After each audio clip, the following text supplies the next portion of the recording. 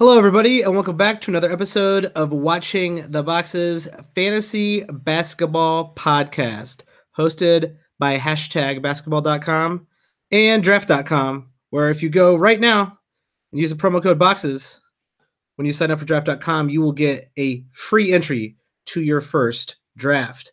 I am your host, Mike Catron, and joining me, as always, is my co-host, Tyler Watts. What's up, Tyler?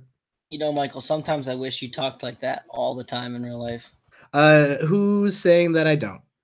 I am Mike Catron, and this is. You sound like a robot. Hey, I like it. The title, the intro has got to sound the same. It makes people feel comfortable, makes people feel like they're back at home with their good friends. Mike and Tyler talk about fantasy basketball because right now a lot of people think it's fantasy football season. No, sir, it is fantasy basketball season. We are here starting our team by team breakdown leading in to the preseason. It is a long slog, but it is a labor of love, Tyler. Dude, I'm just excited to talk about these 4 great new Hornets. I can't lie to you. Oh, spoiler alert. Well, I guess if you clicked on this, we probably put what team we're doing in the title, so I guess it's not a spoiler alert at all. We're doing the Hornets for our first episode for no particular reason, but first, before we get to the Charlotte Hornets, I want to give a shout out to our Patreon subscribers. That's right. We do have a Patreon, and this season we are trying something new. We are going to be giving exclusive content to our subscribers to Patreon. So if you go to www.patreon.com/watching the boxes, you can subscribe and you will get insider info directly from me and Tyler that will be exclusive to our Patreon subscribers. And you can sign up for Tyler's Dynasty League that he's been touting over the last few episodes. That's going to be exciting. Those leagues are starting to fill up. And if you want to just get in the regular listener league, or if you want some even more special type of service where we will enter you into our Slack channel or give you a monthly Q&A. So we have, I guess, levels for no matter how engaged you want to be. But if you just want to celebrate the show and help support it, go to patreon.com/watching the boxes, just like our boys Ryan Yao and Blake Morris. I want to thank you guys directly for being a patron for this podcast. And I want to give a shout out to the Triple Double podcast. That is who signed up for our Patreon. I'm going to go do a slight investigation and find out the Triple Double podcast's real name. But yeah, you didn't sign up with your real name, man. So I'm going to go find it out, and I'm going to give you a shout out in a future episode. But I want to thank all of our Patrons, especially Blake and Ryan. Respect to you for following the show. They must be good guys, right? That automatically qualifies you? That 100% qualifies you as being an awesome person, supporting content that you like. I encourage people to do that anyway. I support the podcast, the Patreons, and the organizations that I enjoy. I support them, and I really appreciate that you like us enough to support us. So patreon.com/watching the boxes. We will be having exclusive content. I want to thank everybody who has joined so far. We will be giving you shout outs on the pod for anyone who subscribes. That to me is a reward enough. Dude, I feel like that's a good reward right there. I feel like that's strong. See, I want to sign up because I want to be in the Dynasty League that you're starting, Tyler. You better sign up, Mike. I know. I got to pay us to get into it. I don't know why I made that rule. I should have gave some treatment, some special treatment to me as a co-host of the show, but no, I have to pay $3 a month. Dude, that's right. You get out your moldy wallet, you'll be okay. Yeah, and since people are paying to be in these leagues, there will be rewards for joining these leagues. So we really appreciate the support from you guys, and let's get on to the Charlotte Hornets. Oh man, I don't know why we started with the Charlotte Hornets. Not an entirely exciting off season for the Charlotte Hornets, but they did bring in Bismack Biyombo from the Orlando Magic, signed Tony Parker, the all-time great Spur, which was kind of a shocker, I think, to a lot of people. and drafted Miles Bridges, Devontae Graham, and Darnellus Kabukala, which is not how you say that name. Already off the back, butchering these names. How do you say that one, Tyler? What now? Adronalus Kaboka, drafted number 55 by the Charlotte Hornets. You remember that? Remember when you're at the end of the draft where they drafted Darnellus Kaboka? You know what? I'd fix it for you, but I think we're gonna just let you stumble through that for a while. Yeah. Also, I don't plan on talking about that guy this year. Who he is a Euro stash player. So yeah, no worries there. A couple guys who left: Michael Carter-Williams, the former Rookie of the Year, the bane of every team's existence, Dwight Howard, the contract that's been traded more times than any other contract, even though it's terrible, Timothy Mozgov. And this is news to me. Julian Stone traded to the Bulls. Never heard of the guy. Didn't know about that trade. Was that the Jerian Grant ordeal? I believe it was. So we could sign Parker. Yeah, okay. Yeah. All right. So kind of a big deal getting rid of Dwight Howard. I like that move a lot. That is what's new. But that really doesn't change the existence of this team. And so what interests you on this team coming into next year? What interests me most about this team is they at some point kind of got to pick a lane here, right? Like, are they just comfortable trying to compete for that 8th seed in the West and like toiling in mediocrity for years, or are they going to kind of blow it up and trade away some of these guys? So that's kind of an interesting storyline, just NBA wise, to follow for these guys. The person in fantasy I'm really interested for these guys is always probably Nick Batum. I think Batum's going to get underrated this year by quite a bit. He's going to play more small forward, I think, with the subtraction of Dwight Howard, right? They're going to slide him down to small forward, which I kind of think is just a better spot for him. And as long as Batum stays healthy, I just feel like his game's always really underrated. That nearly 5 assists he's going to give you is huge. Nearly 5.5 rebounds. He's going to get you a steal, probably like half a block. He's ranked 84th in Mark's rankings on #basketball.com, and I just think that's a little bit too low for him. Yeah, go check out Mark's rankings. We will be having Mark on the podcast to talk about those projections very soon. But I'm kind of with you. I think Batum is a podcast favorite, a fan favorite. We always rank this guy, I think, properly or maybe even a little too high occasionally. He only played 64 games last year. He does have the occasional injury. I don't think it's chronic injuries like some other players, but he does seem to be a little underrated when it comes to 9-cat fantasy. Like his field goals never great, but everything else he does across the board is pretty good. Now, Batum is, approaching 30, so he is in the middle of his prime, maybe on the second half of his prime. But the guy is incredibly versatile. I just kind of worried that Nick Batum's kind of across the board type of game, maybe 3 years ago, 2-3 years ago, was a novelty that really made him fit a lot of fantasy builds, while there are now more people who do the things that Nick Batum does, making Nick Batum a little more average than he used to be. Well, obviously Batum had a bad year last year, and the shoulder injury was probably likely part of that, right? I mean, he had scored basically 15 points a game 2 straight years in Charlotte, his first 2 years in Charlotte, and then last year only 11.6. I think you're going to see that number go up, right? Dwight Howard had a really good year for the Hornets last year, statistically speaking, right? Whether, we can talk about real basketball if you want.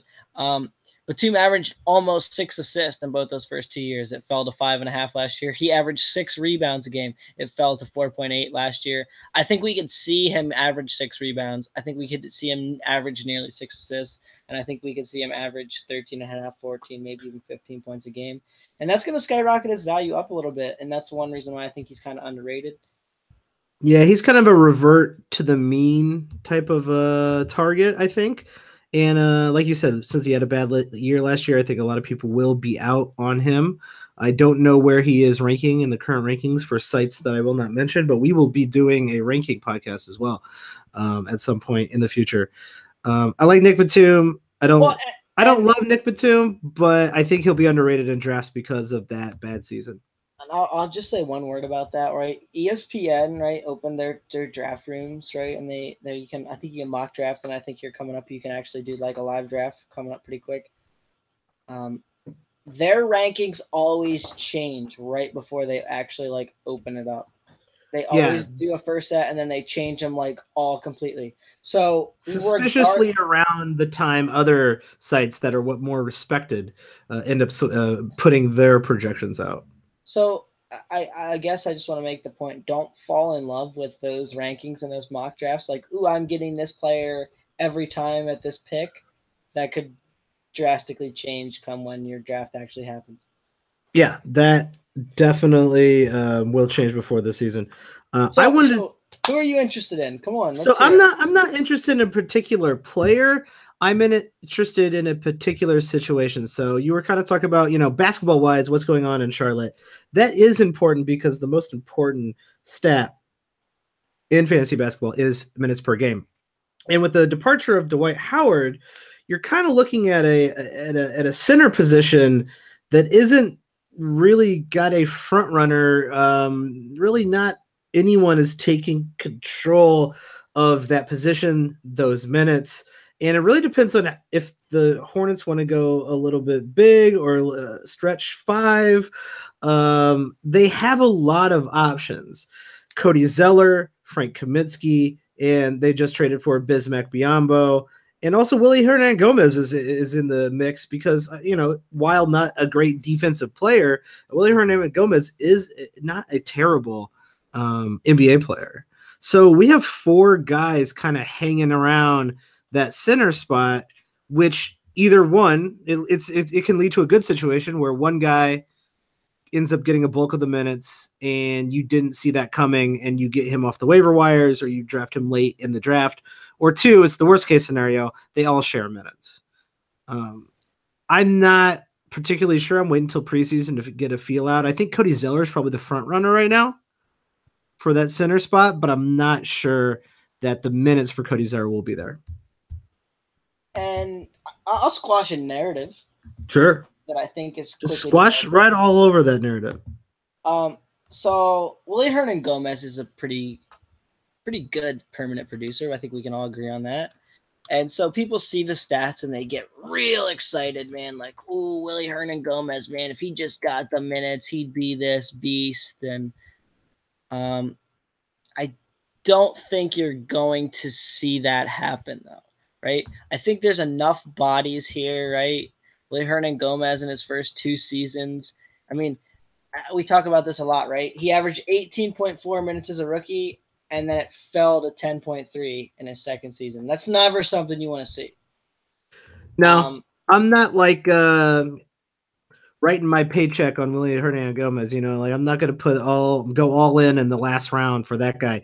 But he's a third-year player. He's a guy to keep an eye on. If he averaged 15 I don't think minutes a game, that's about where I'd peg it. That's where I'd peg my over-under board. That's fair. I think that's pretty good. I think that's a really reasonable, based in reality type of investment. I like that. Some people are going to be real pumped for him, right? Ooh, I'm drafting Willie Hernangomez. He's going to be the starting center in Charlotte. Like, hold the phone on that. Yeah, no, that's definitely not what's going to happen here. I think I'm more interested in Cody Zeller. I think you might have some people looking at that Bismack Biyombo trade, looking at no big name sitting there as a front runner for the starting center in Charlotte and go, well, maybe they'll go with Bismack Biyombo. So I think this is another narrative to squash. Bismack Biyombo, remember when he was really, really good in Toronto and he was like blocking on those shots? He's playing like 34 minutes a game.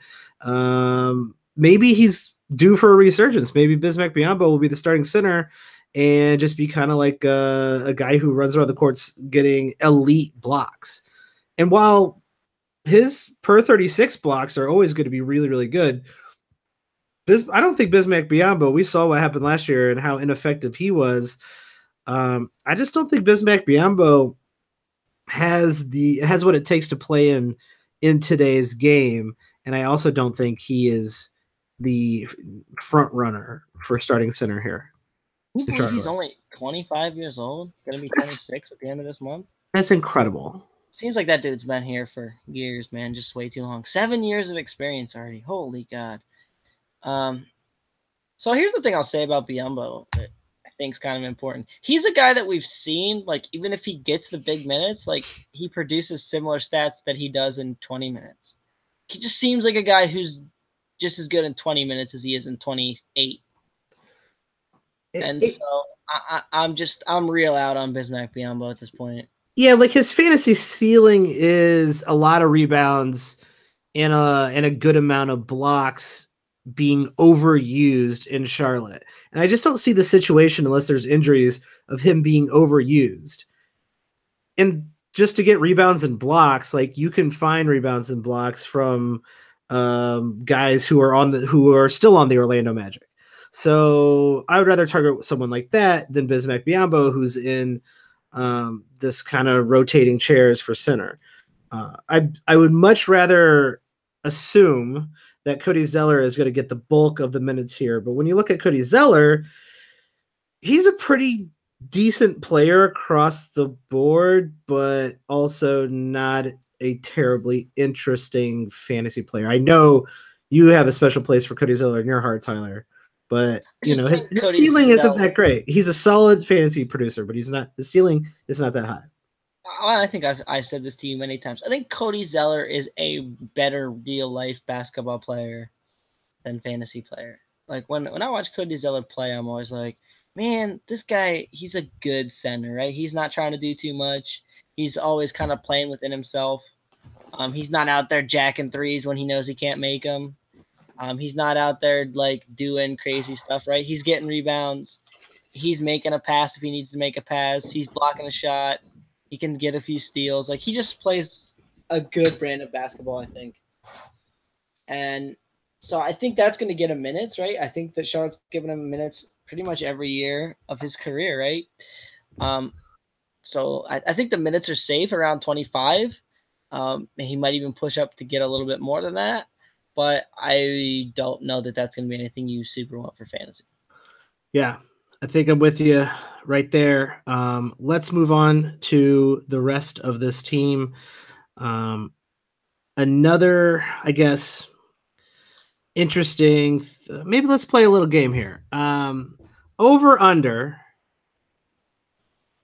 minutes per game for Miles Bridges. Ooh. I'm gonna go 27. Ooh, I'll probably go under on that. They got a lot of guys they can kind of chop and change in there, I think. I mean, I know Michael Gilchrist has been on this team for a long time, but Michael Gilchrist is not good. He's a decent defender, but if Miles Bridges can do 80% of what or 70% of what Michael Gilchrist can do on the defensive end, but then 190 more percent of what he can do on offense, which really wouldn't be that much to do way more than Michael Gilchrist does on offense. Why would they not start playing Miles Bridges over someone like Michael Gilchrist? Oh yeah, and I think you're deluding yourself if you think Michael Kidd Gilchrist is in for a huge season. I think that they're slowly starting to move away from him, probably. But Miles Bridges, man, I think we see this with a lot of rookies, right? Like he's gonna struggle making that transition early in the season, and so if he's playing that kind of minutes early in the season, I'll be surprised. Now, as the season wears on, sure, it might go over your over under, but I think for the whole season, if we're talking about the whole season, if you told me that, I would pick the under just because I think early in this season it's going to be like 12 minutes, 13 minutes, 15 minutes per game, like just adjusting to the NBA. I actually really like Miles Bridges, and I mean maybe a little bit more than some other people. So don't count that kid out. Yeah, I think he's going to be a pretty solid NBA player, and I'd keep an eye on him. I'm not sure fantasy wise his game is anything to get too excited about, but anyone if he ends up starting in the latter half of the season, he might be a standard league relevant player.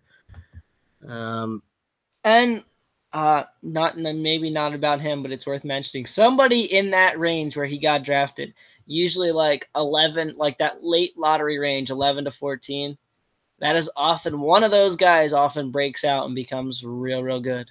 Yeah, comes out of nowhere and is, you know, going to be an all-star in 3 years. You know, that seems to be happening in every draft over the last 3 years. And, you know, Miles Bridges is probably a pretty good target for that. I got another question for you. Marvin Williams. Oh, God. Is he a top 100 player in Standard League 9 cap? Standard League 9 cap. Now, how many minutes does old Marv play this year? Well, he played about 26 last year. I think he might play a little bit more because I think they might play him at the 4. I'm going to say closer to 28.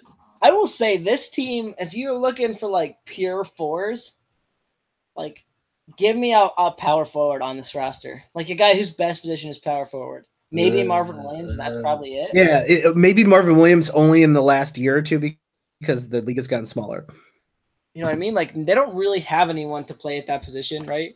So I think you're spot on in that he might get 28 minutes, 29 minutes. And we've always seen that Marvin Williams is a decent fantasy producer. He's just not somebody I'm getting excited about, right? Like, what does he do that really gets you like, yeah, I got Marvin Williams on my team? Nothing. But those are the guys I like to target late in drafts because this is a guy who over the last, I mean, let's talk about what he finished per game over the last few years. Last year, 114. The year before that, 68. The year before that, 47. And that was after he started shooting a little bit more hitting more threes and getting his field goal percentage up. Marvin Williams is not a sexy name. You're 100% right by that. But he's close to a block steal, 1 block, 1 steal type of guy. He approaches 1.5 3-pointers to 2 3-pointers a game. He gets decent rebounds for his position. And all of those little things add up to being a guy that really no one wants to draft, but is a guy that should be owned in every standard league. I'm with you in a roto league, right? You kind of want some safety there. Yeah. In a head-to-head league, though, I don't know that I'd ever draft Marvin Williams unless it was a deeper league. Just because I think Marvin Williams probably goes in that what would be in a standard league, right? Like one of your last picks. And I feel like in a head-to-head league, like just shoot for upside because no player can hurt you that bad in a head-to-head league. Like guys can kill you in a roto league. But in a head-to-head league, like would you rather have Dennis Smith Jr. or Marvin Williams? Ooh, probably. You know, I kind of dissuade people from just throwing these across the board type of players out, especially if they're hanging around on the waiver wire. Blocking a steal a game, even if you're streaming that, it helps. I probably want Dennis Smith Jr. based on my punt strategy. So his value does fall based on whatever your punt strategy is, but that doesn't mean a guy who kind of does a little bit of everything but nothing great can't be used in your punt strategy. And here's another thing I'll say about Marvin Williams. He's a great guy just to stream in and out in a standard league. Yeah, like no one's the picking him Hornets up. are playing, right? Because nobody wants him, right? We just said it. He's not sexy. He's 32 years old this season.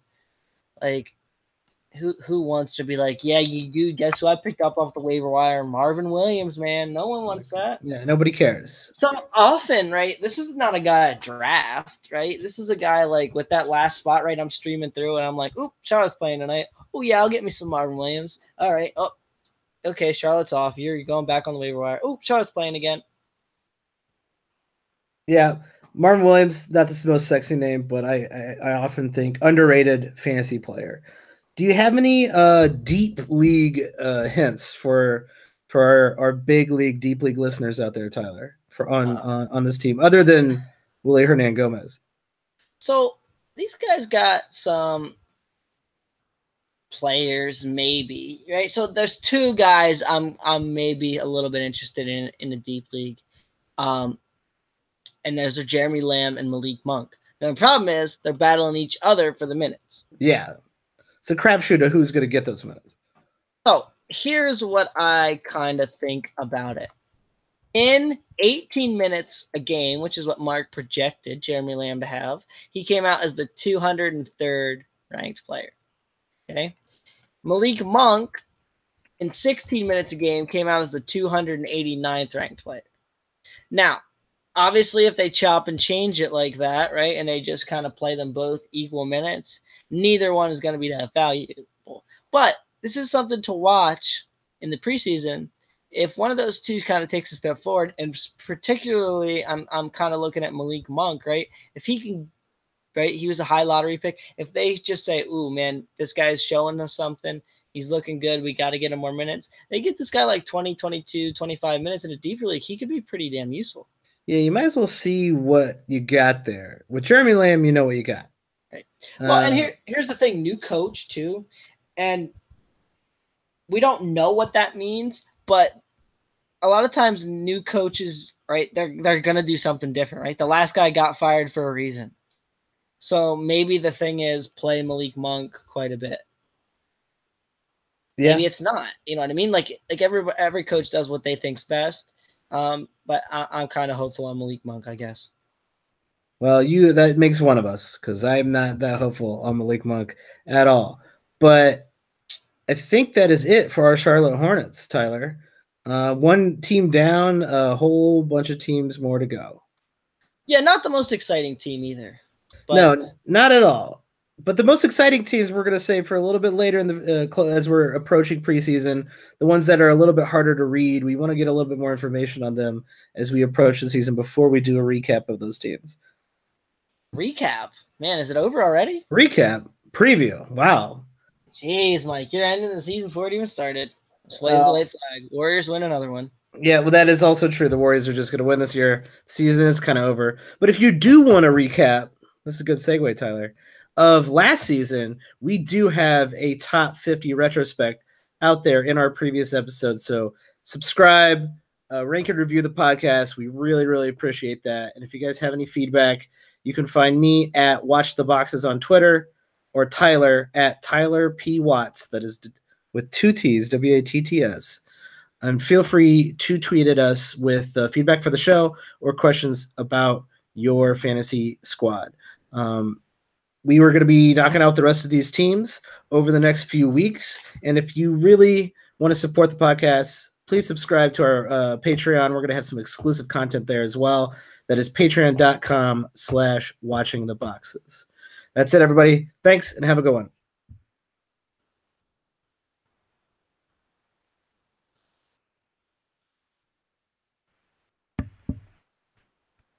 All right, should we just go into the next episode?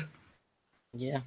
See, that wasn't too bad. How long was that? Like, no, I don't know, like 20 minutes.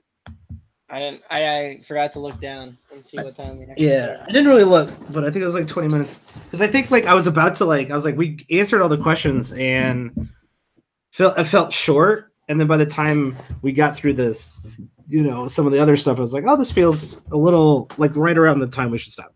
That's what I mean. Like, I feel like each one will be like somewhere in the 15, 20, 25 minute range. Like, yeah. I feel like people are going to be like, ooh, man, 20 minutes on Charlotte Hornets? I got that. So, yeah, I'm commuting to work. I'll just pick that up. Yeah. Oh, that's lovely. All right, we can do... let me know when you're good. All right, give me 1 minute. You decide on the team, and I'll be back. All right.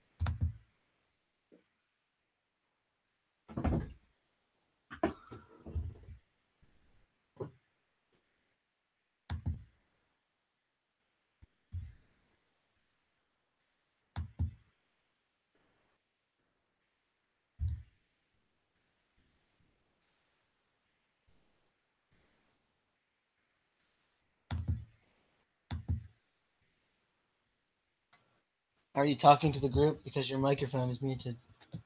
No, I'm just sitting there. No, that's what it said on my screen. Oh. Every time like I make any noise and the microphone's muted, it's like, are you talking? Because the microphone is muted. You are an idiot. The microphone is muted.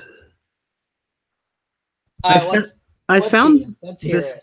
I found this guy, this triple double podcast guy's name one time. I just don't know how I found it. Just listen to his pod. He's like German, isn't he? I have no fucking idea. The guy is like, dude, he's a big fan of me at least, because that mother, like when the season gets going, that dude tweets me all the time. Like, hey man, what should I do? This or this? Well, whatever. Now he's paying you to do it. He's actually a nice guy. I've chatted with him a little bit. Like sometimes he'll be like, hey man, he always sends me a message like a regular thing on Twitter, and then he'll be like, do you mind if I DM you about a trade? I'm like, yeah, man, go ahead. Like my messages are open. You can DM me anytime you want. You could have just DM me. Like, I just think like he's just like trying to be polite, but I'm like at the same time like you just wasted 10 minutes, bro. You should have just sent it. And I answered like you ask me stuff like no, he's not like a pain though. He actually asks like good, reasonable legit questions. Not like who should I start in DFS, Steph Curry or LeBron, bro. And then get pissed at me when it's not right. That's my favorite part. Dude, God. LeBron scored 3 more points tonight. You said Steph Curry. It's like, well, fuck off. All right, I cannot find this dude's name. Steven. No, might be. Blog podcast. That is called. Yeah. Yeah.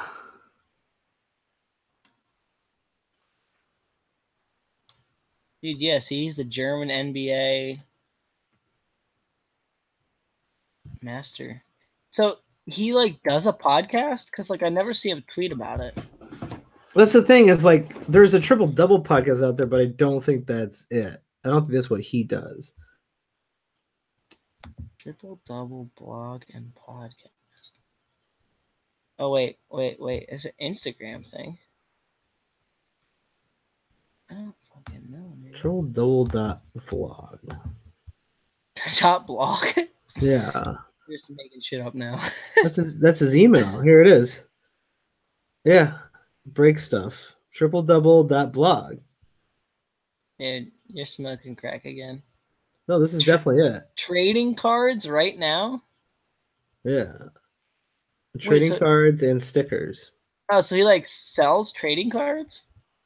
Maybe. What the fuck does this guy do? Is there a podcast? Can I listen to a podcast? Can I listen to this guy talk about cards? Triple double blog and podcast. I'm so fucking confused right now. I'm like, what's happening? I feel like this is like just spamming my computer. My computer's just gonna die now. Yeah, it feels like... dude, fantasy podcast right here. It's on iTunes. There is a triple double podcast on iTunes with 2 other guys. This like Corey something and something like that. It's definitely not. Oh, dude, this is like all in fucking Michael and Todd Schneider. There we go. That's their names? Yeah, so like I'm on their thing, and like I can't read you the description because it's all in German. Great. But it says Der Este Ran Douche NBA Fantasy Basketball Podcast hosted by Michael and Todd Schneider. Great. So I'll give a shout out to both. Didn't I say Michael? I thought the guy's name was Michael. I'm pretty sure the guy who always tweets me is Michael. Because I think he said that once. Like, hey, I'm Michael. Well, their email is Schneider at tripledouble.blog. So yeah, so just say Michael and Todd. I don't know. Which one. Just do Michael and Todd. All right. But I think that he always tweets me as Michael, but I'm not positive. He was like the first one, man. He signed up like the fucking second we said about it. Yeah, respect to him. He couldn't fucking wait to give us his money. Sucker. All right. Let's do the Wait, Bucks. do we lose money because there's like some sort of euro conversion on this shit? We better not. I think we might. Ah, that fucking asshole. All right. Let's do the Bucks.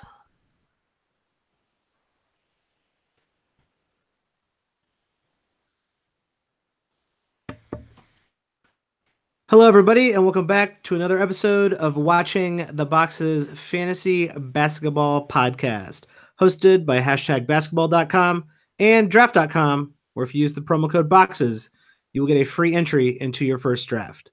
I'm your host, Michael Catron, and joining me, as always, is my co-host, Tyler Watts. What's up, Tyler? So, the team we're talking about today, okay, which you people already know is the Milwaukee Bucks, I'm sure. Yeah. I keep thinking you're spoiling these things, but I realized we're putting this in the title. So we are talking about your Milwaukee Bucks. So they got a guy on a contract that's only going to last for training camp, probably, named Travis Trice. This is a bad lead, Tyler. I want to know if this makes you think of a 1990s song sung by Eminem, because it did me. Travis Trice? Yes. I know Obi Trice. Yeah, that's what I mean, right? Real name, no gimmicks. That's right. See, you knew it. Yeah, I feel like this might be his son. Is this his son? That was like probably the late 90s. Can we get a stat check on this? Yeah, if anyone wants to get at us, if you know if Trey Trice and Obi Trice are related, please tweet at us. You can find me at Watch the Boxes or Tyler at Tyler P Watts. That's 2 T's in Watts. Thanks for joining us, everybody. We are running through our team previews going into next season, and I want to thank our Patreon subscribers out there. We do have a Patreon at patreon.com/watching the boxes. So if you like what you hear, you want to support this podcast, respect to you, and join us over at patreon.com/watching the boxes. We're going to have exclusive content up there for our Patreon subscribers. So I hope you will join us. And I want to give a shout out to the Triple Double podcast, who we, in the last episode, didn't know the dude's name, but we went and found out. It's Michael and Todd Schneider. So respect to you guys. You guys are an early Patreon subscriber, and you are both super cool. And a shout out to the guy over at #basketball.com, old Joey, our good friend Joey, who is holding down #basketball. He's supporting what he sponsors in more ways than one. So we appreciate both of you guys, all of you dudes, for subscribing to patreon.com/watching the boxes. Tyler, let's talk about the Milwaukee Bucks. I can confirm that Travis Trice is not his son. But you already looked that up. We're going to let someone tweet us. If you get on Wikipedia, the dude has a pretty crazy backstory. So, respect to him. The Bucks brought in Pat Connaughton. Oof, is that how you say that guy's name? Connaughton. Oof, what a terrible name. Connaughton. I like that though. I like that better. Connaughton. I don't even know why we're talking about Pat Connaughton. And they also signed Ersan Ilyasova, Brooke Lopez, and drafted Dante DiVincenzo, but parted ways with Brandon Jennings, which is too bad. I thought they kind of were giving him a trial even in the summer. Yeah, I think that he played fairly well in the Brandon Jennings category. Yeah, I don't think Brandon Jennings is like a Chinese headed to Chinese basketball. You know what I mean? Like, didn't he start in China? Yes. Instead of going to college, which was pretty cool move. He played in China last year too, didn't he? I think last year, the year before. Yeah, I think he joined the Bucks later in the season. I feel like he probably makes a ton of money over there. Like, I feel like some of these guys just go because they can. Props to them. I mean, yeah, there's enough people over there who are interested in basketball. If the money's right and you can drop 50 freaking points a night like Brandon Jennings can probably in China, why not do it? Just looking at their stats over there, it's like, if you ever want a good laugh, just like look at some of these guys' stats, because they're all insane. Like, every guy averages like 15 points a game, it seems like Like if you're bad, you're getting 15 points a game. Like the Yeah. scores over there must just be crazy, insane high. Every NBA player has gone over there like like after they've technically should have retired, just like instantly becomes the second best player in the league. Yeah, so he played 13 games in China last season, Wow. averaged 27.9 points a game with 2.7 steals, 6.7 assists, and 5 rebounds in That China. is incredible. It just goes to show you the level of talent you're looking at when you look at even the low tier NBA players.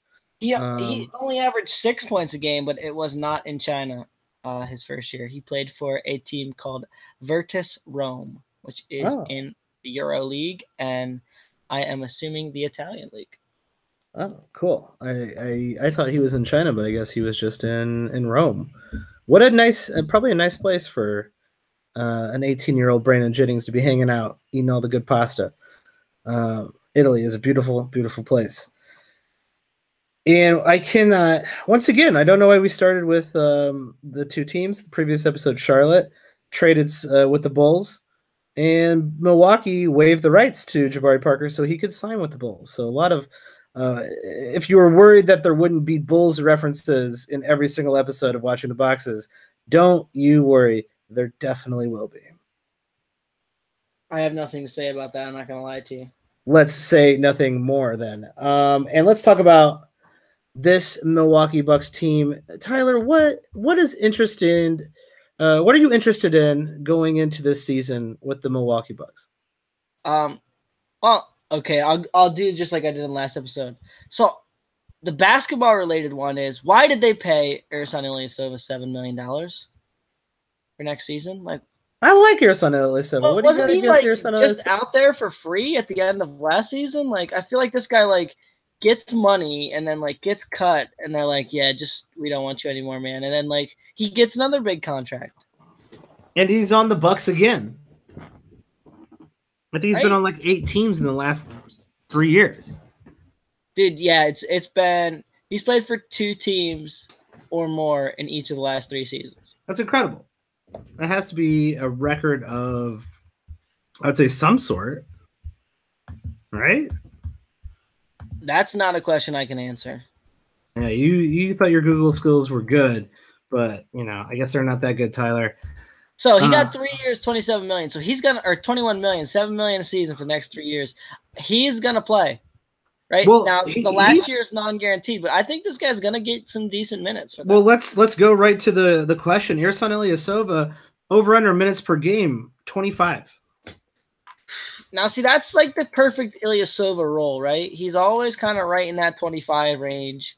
You pegged it good. I'm gonna go slightly over. Ooh, wow, slightly over. I think makes him a standard league relevant player. Then Tyler.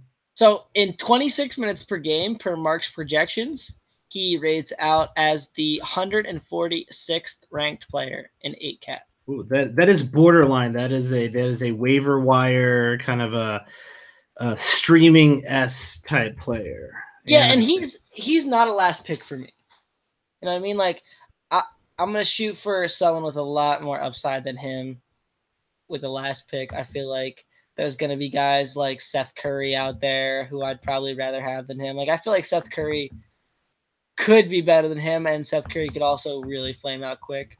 But I'd rather take that chance in the draft than Ersan Ilyasova. You know who he is going to be. You know that he's going to give you a couple threes and the occasional rebound and do a little bit of this and that across the board and be not very good at assists. But the real interesting player to me, and the player that's got me kind of excited on this team, is Brook Lopez. Oh, Brookie Lopez, who really confounded everybody last year by basically falling off the planet. And that is, I think, the key question. Brook Lopez is my choice as well as the most interesting player on this team going into the season. Because was that fall off due to Brook Lopez's desire to play in LA? Was it due to a coaching staff that needed to lose games? Was it due to the fact that Brooke Lopez is getting older and not as good anymore? Um, it your answer to those questions is going to depend on whether or not you draft him this season. But it sounds like you're leaning in on taking a chance on Brooke Lopez. So the Lakers made that trade not because they wanted Brooke Lopez. Can we agree on that? Yeah, they were trying to get rid of Cap. They Yeah. wanted to sign LeBron James. Well, It turns out they did. well, and that Mozgov contract, right? I mean, we've seen it traded 74 times Yep. now, right? Like that they knew that contract was going to be an albatross. I hope we So talk about Mozgov's contract in every episode too. That'd be great. so you know what I mean? So that's kind of something you got to watch out for, right? Is if you're trading somebody just because you know what I mean, you want to get rid of a guy on your team. Like I don't necessarily know that they wanted Brooke Lopez. They kind of knew, I think, that Julius Randle's probably best as a center in this modern NBA. Right? So there's minutes that he was gonna lose, and they had just a lot of options to play. I think that then Brooke Lopez kind of got some sour pants, for like lack of a better term, right? Like he kind of just was like, I'm Brooke Lopez. I've been the star of the Nets for how many years now? Like 5 decades. You know what I mean? You're only gonna play me 22 minutes a game. Like, no, that ain't cool. And then, like negative energy kind of breeds on itself sometimes. Yeah, and I think if you go look at Brooke Lopez a little bit closer, you go look at his game log. The games where he did play extended minutes, he looked a lot like Brooke Lopez. You're talking a handful of 20-point games, somewhere between 5 and 7 rebounds, at least a block a game, the occasional 5-block game in there. He's hitting more threes now as well.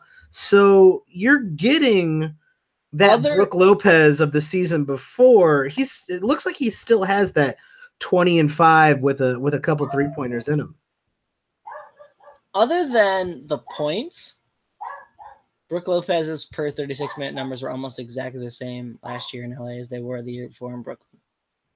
And that I find that kind of interesting, because a lot of people coming into this season are going to look at Brooke Lopez's previous season. They're probably going to see a ranking or two where he is not that high, and they're just going to say, I'm out on Brooke Lopez. I'm not going to draft Brooke Lopez. I'm not interested in Brooke Lopez. And if you look at Mark's rankings, he's got him only playing 21 minutes per game. And by the way, those projections are on #basketball.com. We will be having the illustrious Mark Roberts on the podcast in a future episode to talk about those rankings. But he's only got Brooke Lopez at 155, playing 21 minutes a game. Here's the worry. Like, don't you think he's got a bigger role in Milwaukee? So I'll squash my own narrative in saying this. Wow. Greg Monroe. I think Brooke Lopez is a better defender than Greg Monroe. I'm with you. But we've seen them do this with Greg Monroe. We've seen them do this with a lot of guys at the center position. Now, here's why I don't think it'll happen with Brooke Lopez. Brooke Lopez gives them some spacing, which I think this team needs, right? Giannis Antetokounmpo is a great player, but he's not a three-point shooter. No. Right? So having a center that can stretch out and shoot threes, I think helps this team. I think it helps Greg him a Monroe lot. Can't do that, right? There's the kind of big distinction between those two players, I think. And neither can John Henson. Right. And Thon McCurr, kind of, maybe, but he's still a very raw talent. Yeah. So, but Ersan Ilyasova and Brooke Lopez can.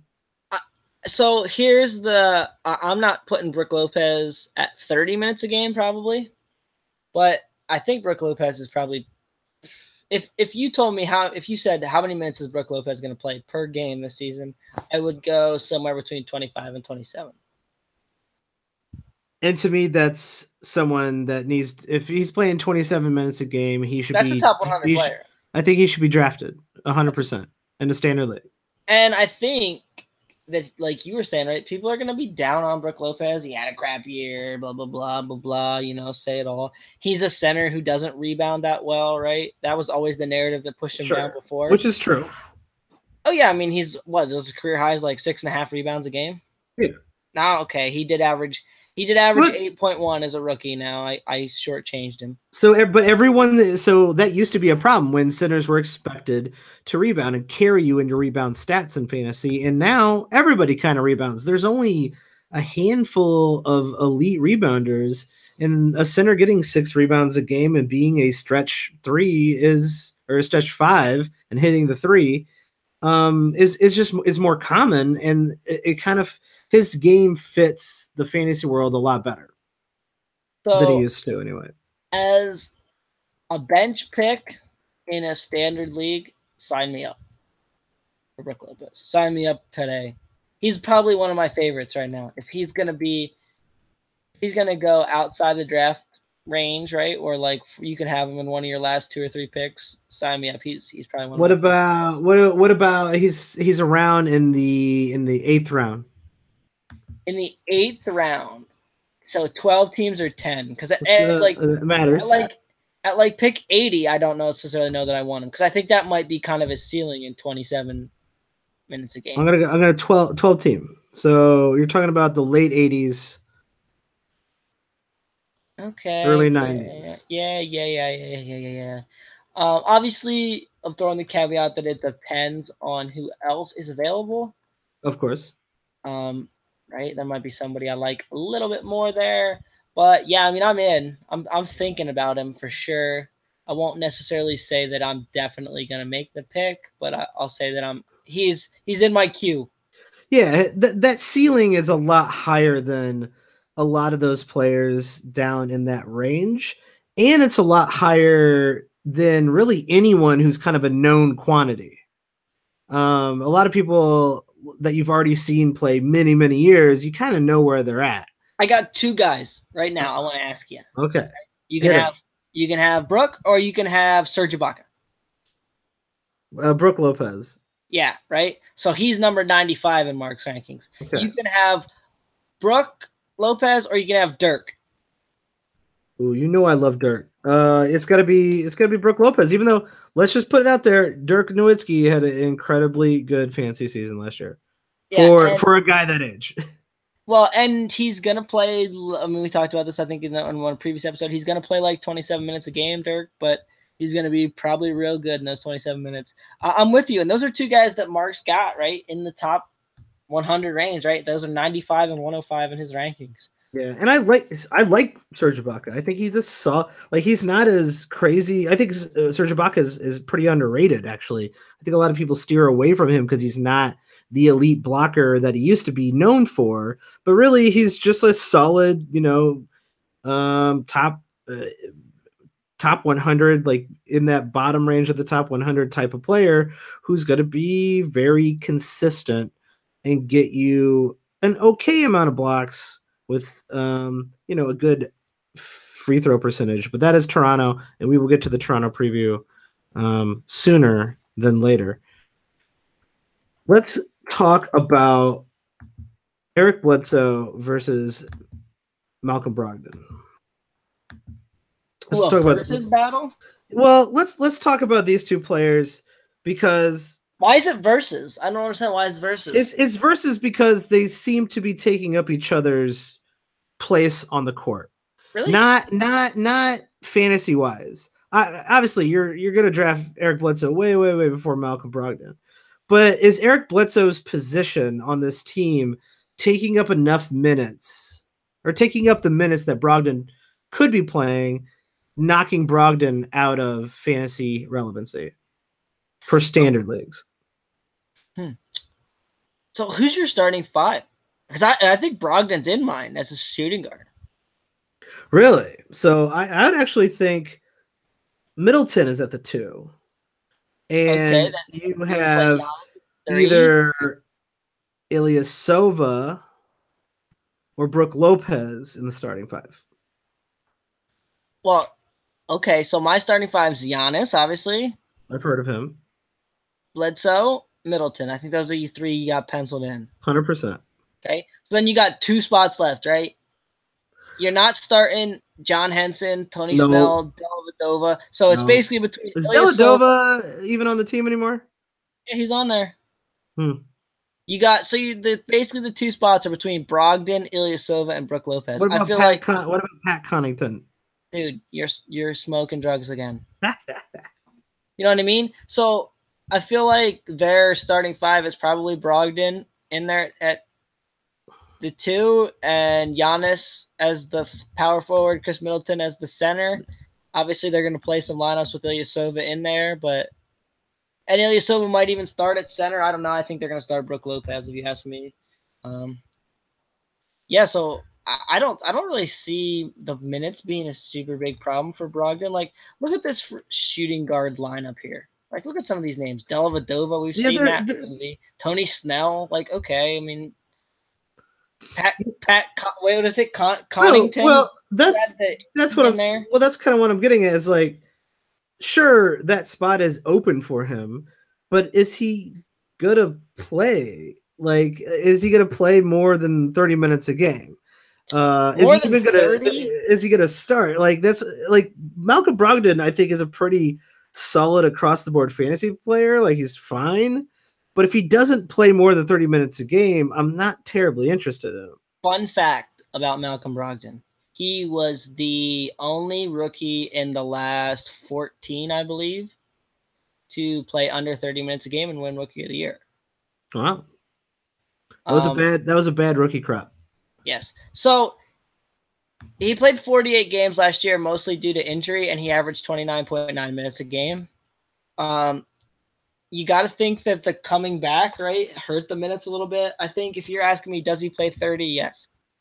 Okay. Does he play the 35 that we see some starters get? No. Probably like in the 30 to 32 range, would be my guess. And I think as a role player, so like if you're in a head-to-head league, I think his value is pretty low. This is a guy I think Mark actually pegged pretty, I won't say poorly, but like I think he pegged the minutes well too low. 27 a game he gave him. I think that's well too low for Brogdon. Yeah, that feels a little low, even in my scenario where Ersan Ilyasova, Brooke Lopez are moving the lineup down and knocking Brogdon out of that lineup. Brogdon isn't really that interesting of a, like, he's a solid fantasy player. Like I said, he does everything okay. He's got good percentages. He's got low turnovers. And if you're not in a roto league, let me flip this. You're often punting those things and you don't really care. Let me flip this at you. What is Malcolm Brogdon? Because he played 3.5 more minutes a game, and almost all his stats got worse, save, rebounds, and points. That is an interesting point as well. Like, how old is Malcolm Brogdon? He's 20. He's almost 26. Yes, and this is my God. This is the kind of thing that we see with some rookies, right? Like, this guy was not really a rookie when he was a rookie. Yeah, is he older than Bismack Biyombo? Yeah. That's insane. That's it. You want to stump your friends? Ask him who's older, Malcolm Brogdon or Bismack Biyombo. Brogdon's never a guy I've been super enamored with, right? Like, he was great that year because you could pick him up off the waiver wire and you got a real useful player. Yeah. But like you said, he's good at a lot of stuff, but like he's not that good at anything too. Here's what I'll say. He's gonna be a top 100 player if he gets 30 minutes a game, probably. Right? If he gets the playing time we're saying, and he can stay healthy the whole season, he's going to be in the relative top 100. He's not. I'm not gonna. I don't think I can argue with that. That's a pretty good synopsis. But he's probably going to be picked relatively in the top 100, and I don't see a ton of upside for him to be even like to even sniff the top 50. You just told everybody what his ceiling is. To sniff the top 100, that's his ceiling. Right, and so like this is a guy for me that there's no real upside in drafting him. Probably. Right? Now maybe he's a forgotten name, but like I don't really see that. So he's Yeah, I probably not wouldn't a guy say I'm so. gonna That's undercut. an. I think winning that Rookie of the Year put his name into people's minds, and he actually does get recognized, even Right. though he really like you're saying. I'm not sure that he should. And so yeah, and plus, I mean, my favorite strategy in head to head is to punt the percentages, and that's two categories that really help this guy. So it also comes down to team fit a lot in head to head leagues that I'm not super interested in Brogdon. So you're kind of staying away from him. I wouldn't say I'm staying away from him. He's like not like a guy I'm crossing off my draft list. It's just I think other people are more into him than I am, and there's no upside on the pick, right? Like if we look at Mark's rankings, okay, guys right around him, who would you rather have? You can have Tyreek Evans or Brogdon. Tyreek Evans, You can have Trey Young or Brogdon. Trae Young, You can have Elfrid Payton or Brogdon. Alfred Payton. Right? You can have Derek Favors or Brogdon. Uh, that's a Now toss up. that was a toss up there. But then, like, even a little bit further down, you got guys like Wendell Carter. You got Reggie Okay, Jackson, who yeah. I'd So probably like, rather have. why waste a late round pick on a guy whose ceiling is you know what it is? You're like, I Unless just unless you want that stability, and you're in a roto league and you want that stability. here's how I'll couch it for people maybe new to fantasy, right? I go to the supermarket, right? I like chips, but I don't need chips, right? But when the chips are like $4 a bag, I'm kind of just like, no. When they're like $2 a bag, I'm like, you know what? I do kind of like some chips, right? I feel Wow. like Malcolm Brogdon's the $4 bag of chips. Like, you know what? It's just really not that cheap. I really don't need you. Yeah, you're not getting what you think you're getting. You're not getting anything nutritious out of that $4. Right. And I'm not getting any kind of That's deal, right? that is the first supermarket metaphor on the podcast. So congratulations, Tyler. And I try to like to mix it up. I'm impressed. So let's talk about the rest of this team. I want to go right to the bottom of this team. Yeah, you thought I was Getting gonna go to the real top. I want to go right. getting real grungy at the Yeah, bottom like of the you thought we team. were. Everyone's turned this podcast off. They're like, you guys talk about Malcolm Brogdon for like 15 minutes. Now you're gonna go even further down the list of these trash players. No, thank you. Turning this one right off. Are you trying to talk about Connington again? Yeah, so Pat Connaughton. I want to know, do you think John Henson is going to play enough minutes to be standard league relevant this season? But what is he's going to be a block specialist, I think. So you still think he will hold his block specialist streaming spot in most leagues that he's held throughout the last 2 to 3 seasons? Well, okay. So what did we peg Brook Lopez at? 27. Who's the number 2 center on this team, right? Like, okay, Ilyasova might get some minutes, but at 27, there's still 21 minutes left to That's give, good. right? That's good enough for John Henson to get a couple blocks. Right. You know what I mean? And so, yeah, in 20 minutes a game, in 15 minutes a game, like John Henson's still going to be – John Henson gets over a block a game in 15 minutes. Let's say the Milwaukee Bucks come out and say John Henson is starting this year. Are you drafting him in your fantasy league? No. I'm with you. I'm also like, saying no. John Henson's going to play like 20 minutes a game. That's Yeah, what because the Bucks want. They want even him if to he do like 20 starts, minutes. he's going to play like 22 minutes a game. And a lot of people, right, when John Henson was getting big, he's a very popular fantasy name because they're like, man, look at his per 36 on blocks, bro. He'll be like the number 1 block guy in the history of the league. And John Henson has literally done nothing since then other than the exact same thing every single year. So everybody's starting to get their hopes up for John Henson again. I would say don't. Is there any deep league guys on this team you want to focus on before we get to the big names? Punt. I'm not a big believer in any of these guys as far as deep league names. Yeah, we talked about rookies. DiVincenzo was on our and doesn't look that good rookie list. Thon Maker is an interesting name, maybe in deep leagues. They do seem to trust him. But I always feel like he gets some prospect pedigree hype. Like, you know what I mean? Like, oh, he was a top 10 pick. Yeah. Like, and some people like, especially in deeper leagues that I've played in the last couple of years, right? Like, he's one of the guys people take like an upside shot on him before I think they should. Like he played 17 minutes a game last year, people. He's like a And $5 bag of chips in the deep leagues. yeah, and well, and here's the thing. Like, look at the numbers. Like, other than half a steal and 0.7 blocks is useful in I 15 like minutes a that. game. That's But what I like about it. but Other than that, look at those percentages, man. yeah, they're not good. You know what I mean? Like that's actively hurting you.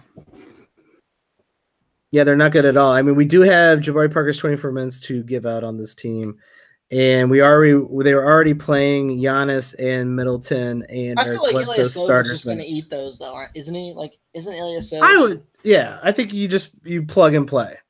Right? Like, I feel like he's just going to have a snack there and just no, eat those right up. All right, let's talk about the big hitters. Eric Bledsoe had a very good season last year, fantasy-wise. Finally got off that Suns team, and that seems like ages ago that he was on that Suns team. Eric Bledsoe trending up, or he's 28 years old, trending up or trending down, or staying the same next year? Same. Yeah, it kind of feels pretty like he's playing the same. He's going to be playing the same role. He's going to be doing the same stuff. He's a good guard, but not a great guard. Does have elite steal capabilities, but just kind of a solid point guard instead of. I kind of look at him like old Monta Ellis was. Maybe he gets a little bit more like maybe he gets another assist more than Monta Ellis, but like Monta Ellis was good, but he wasn't great.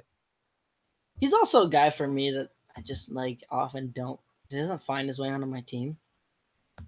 Like I always just feel like when I'm drafting in a snake draft, there's always someone like I want a little bit more. Yeah, like right in that range, and someone else always seems to take him. In a roto league, my bad. In a auction league, I always feel like there's never any like discount on him either, right? Like he goes for a sticker price, and he is what he is, right? Like you're losing any value on that pick usually, but you're not really gaining any value either. Let's talk about another guy on this team who we used to get value for, and I'm not sure we're going to get value for this guy next year. Chris Middleton, one of our favorite fantasy players, was always underrated over the last handful of seasons, and is coming up on a contract year. Had a stellar season last year. In a league with sharps, right? People who know what they're doing. They're going to overrate Chris Middleton. Well, they're going to rate Middleton where he should be rated. Yeah. In a league where you just play with your buddies or you joined on ESPN or Yahoo because you wanted a league to play in, I think Middleton will still be underrated because I still think he's going to drop after finishing 23rd per game. Here's what I'll say: 12th overall in totals. Okay, you got a friend who's kind of a casual NBA fan, right? Like maybe he watches some games, but yeah, he watches the Lakers Knicks games because those are the only ones on TV. Does he know who Chris Middleton is? Probably not. And that's my point, right? Like I feel like a lot of people have no idea who Chris Middleton is, and it's a lot to do with the Bucks, right? Like they're not on TV a ton, right? When people talk about the Bucks, who are they talking about? They're talking about Giannis, right? So he's kind of like the second fiddle there. I just don't really see, you know what I mean, him getting pushed up in those leagues. And like he'll even slip, right? Like some guys with bigger names will go ahead of him that maybe shouldn't. And I feel like he'll be probably picked in the 30s in leagues where people don't really know what they're doing. And I think you can get a little bit of value on that. Yeah, and I want him before that for sure because he's Chris Middleton and he's great. I'd rather have him than Bledsoe, right? I mean, like that's. Oh yeah, 100%. Yeah, that's why I did this in the order I did because I was going in reverse top player order into round out the Milwaukee Bucks. Giannis Antetokounmpo, the Greek Freak, one of the premier fantasy players, the first top first round fantasy player we've talked about in our team previews this year so far. Let's just go out with the question everybody wants to know. Where are you drafting Giannis this year? Probably not in a spot where I get him a whole ton, right? Because we saw it last year, right? He got a lot of hype as the #1 player. Yeah. That's not for me. And it has a lot to do with this, right? Most of the leagues I play in are head to head. Okay. And yeah, I mean, I said it just a little bit ago. My favorite strategy is you punt the percentages. Those are Giannis, two of Giannis. Like his field goal percentage is probably one of his best categories. Very good. So I take some other guys over him that I wouldn't probably take if it was like straight roto. And I think that usually like I always seem that to me that he gets like, ooh, he's gonna take another step forward. He gets some hype, so he goes ahead of James Harden or an Anthony Davis or a Steph Curry. And to me, I just rather have those guys. Yeah, you just named 3 of my top 4, and Giannis is not in my top 4. I think there are only 4 guys who could finish number 1 overall. Now, could these other 2 guys? Like, I think there's a 1B. So Anthony Davis, Curry, Harden, Kevin Durant, they could all finish number 1 next year, and no one would go, holy shit. But the next level, I think those 1Bs are Karl-Anthony Towns and Giannis. They have that ability to take that next step. They are to me in that middle of the first round range, whereas where I'm going to be targeting them, unless I'm building a very specific punt threes build, I don't know why I would take Giannis with the number 1 overall pick, because, and I play in a lot of roto leagues, his free throw percentage isn't the best. He doesn't hit threes. He doesn't shoot threes. And I want to see Giannis get more assists. Now, he's a 1.5 steal, 1.5 block guy. He's an elite player. No one's arguing that. But if Giannis starts running basically the full-time point in this new Bucks offense with an actually talented, good, well design played coach, like Coach Bud is going to figure out how to maximize Giannis's production. And if that means all of a sudden Giannis is approaching 8, 9 assists, now we're talking about a guy who I think maybe could finish in the top of the league. But until he can start hitting threes and those assists come up, I think those are the 2 barriers between him being a 1A player and versus a 1B player. And I mean, maybe I'm wrong here. I just don't see him as a super ball dominant player like that, right? Like I don't see him as a James Harden where he's going to get like 8 assists. Like he should be. I think he should be. He's incredible. Like, no, I'm not saying that he couldn't be. I'm just saying I don't think that fits his archetype. Okay. Like, he's just not that kind of player, in my opinion. And he could prove me wrong, right? He's still very young. He could morph into that type of player. But I think he likes to get the ball out of his hands sometimes and give it to Middleton or Bledsoe and let them kind of operate as the lead on play. So I don't really see. He's not bad off ball either. He makes a lot of good cuts. I mean, he's super athletic. That's what I'm saying. I don't really see that assist number launching even in like 6.5. Like neither do I, and that's I think what's going to take for him to be a number 1 fantasy player. Mm-hmm. Yeah, and I'll even say that in a redraft league, I would probably throw LeBron into that category with Giannis and Towns of like those are kind of like right. There's the 4, and then kind of the next 3, and then kind of a big group, and you might even throw Russell Westbrook in there if you're playing in if you're head to head, yeah. So well, I got my theory on LeBron James as I always do, and you're gonna have to wait until the Lakers team preview to hear that theory. And I think that is it for the Bucks. If you like the podcast, please rate and review us on whatever you're listening to. If you want to give us feedback, tweet at us. I'm at Watch the Boxes. Tyler is at Tyler P. Watts. That's 2 T's, WATTS. And if you want to subscribe to our Patreon, check out patreon.com/watching the boxes. Come on, we got a sweet Dynasty League on there. You know you guys want to sign up, play some Dynasty. Yeah. I know people are always pumped to play in the Dynasty League. It's going to be a fun league. It's going to have some cool rules that'll make it different. And Tyler, you're going to need to publish those rules maybe to get the people excited. So, is that the trick? I think I've already had people asking about the rules for the Dynasty League. We already have people signed up for it, so those spots are going. So if you want to get in that Dynasty League, go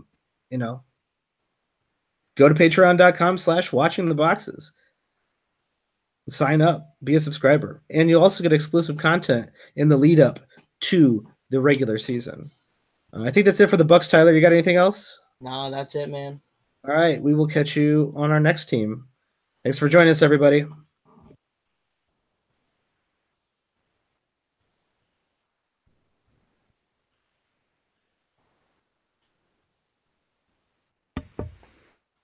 All right, one more. Or, Yeah, let's do it. Why not? All right, fuck it, let's do it. Well, these are the ones you suggested earlier. Let's go with the Wiz. Oh God. It could be a quick one. Maybe. Now I feel like you're gonna spend an hour trashing your boyfriend Dwight Howard. I probably will. I'll just call him a dick. You're a dick. It's kind of an interesting team, actually. A little bit. A little bit. Oh shit, Gortai went to the Clippers? I completely missed that. Dude, Austin Rivers, man. I kind of like Austin Rivers on this team. Yeah. All right, let's do it.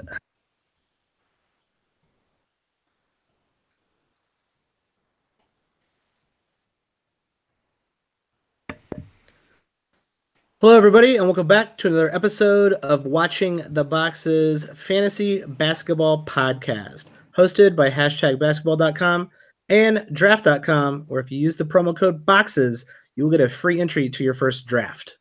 I'm your host, Mike Catron, and joining me as always is my co-host, Tyler Watts. What's up, Tyler? Oh, Mike, it's a great day.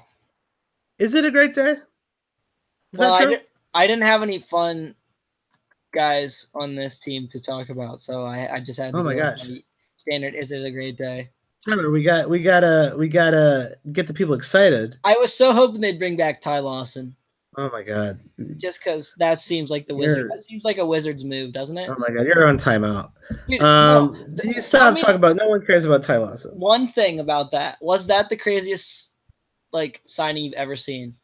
They signed him literally the day before the playoffs started. Well, that was a little weird.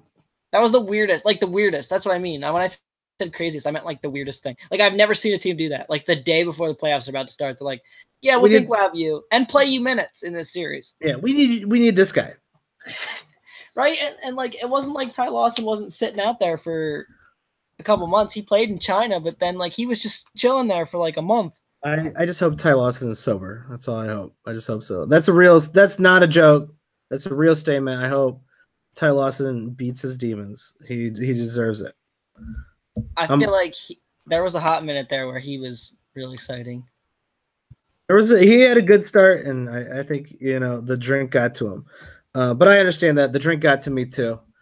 And if you haven't noticed, we are talking about the Washington Wizards in this team preview. We are knocking out all of the NBA teams, all 30 of the NBA teams previews before the start of the season, going over what's new and what we're excited about in for each one of these teams.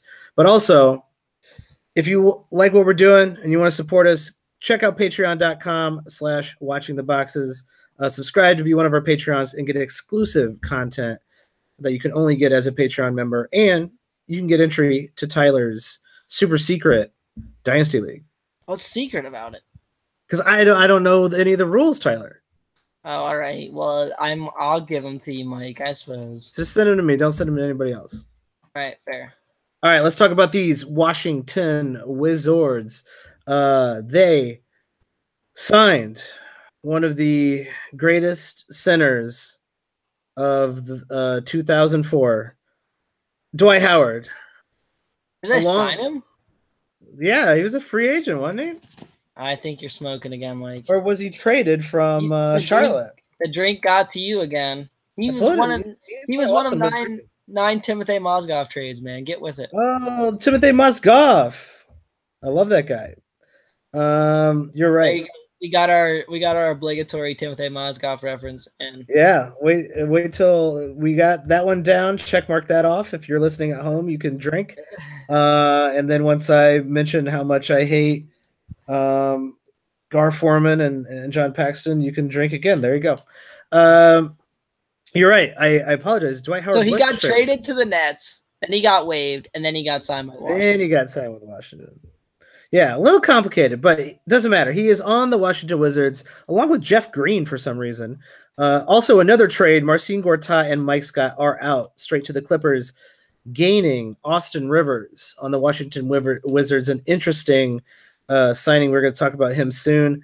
They did claim Thomas Bryant for some reason and drafted Troy Brown and Isuf Senon with the 44th pick. How is that pronunciation, Tyler? Um, it was there. Isuf Senon. No, no. It's probably said a little bit more eloquently if you know how it's pronounced. Tyler, what fantasy storyline for the Washington Wizards are you most interested in going into next season? Fantasy storyline for the Wizards am I most interested in?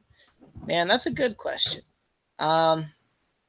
So this is not a super interesting team, right? I think we kind of know who's going to start for them. Yeah, they're not interesting in the NBA sense, and they're not interesting in the fantasy sense. You kind of know this team's running it back. Well, and they actually did make the bench a little bit better, right? Like we talked last year about them, like their bench options being kind of real bad. And yeah, I think it was Sanaraski was like the only dude kind of producing, and he came out of nowhere.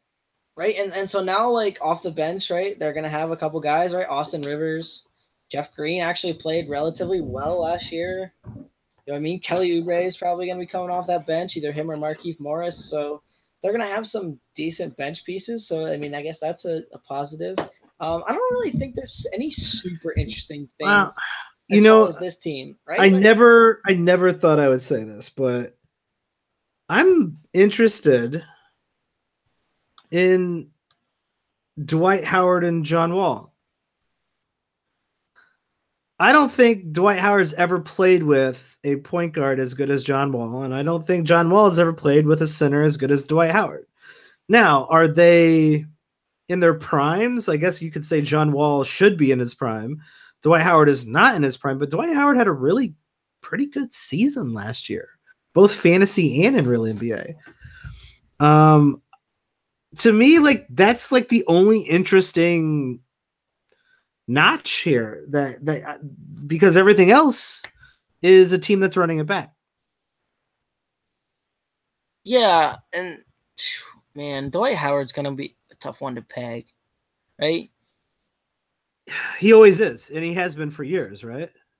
He had kind of a big boost up last year, right? Like he had 2 seasons in a row where he averaged basically 13.5 points, and then he was up to 16.5 last year.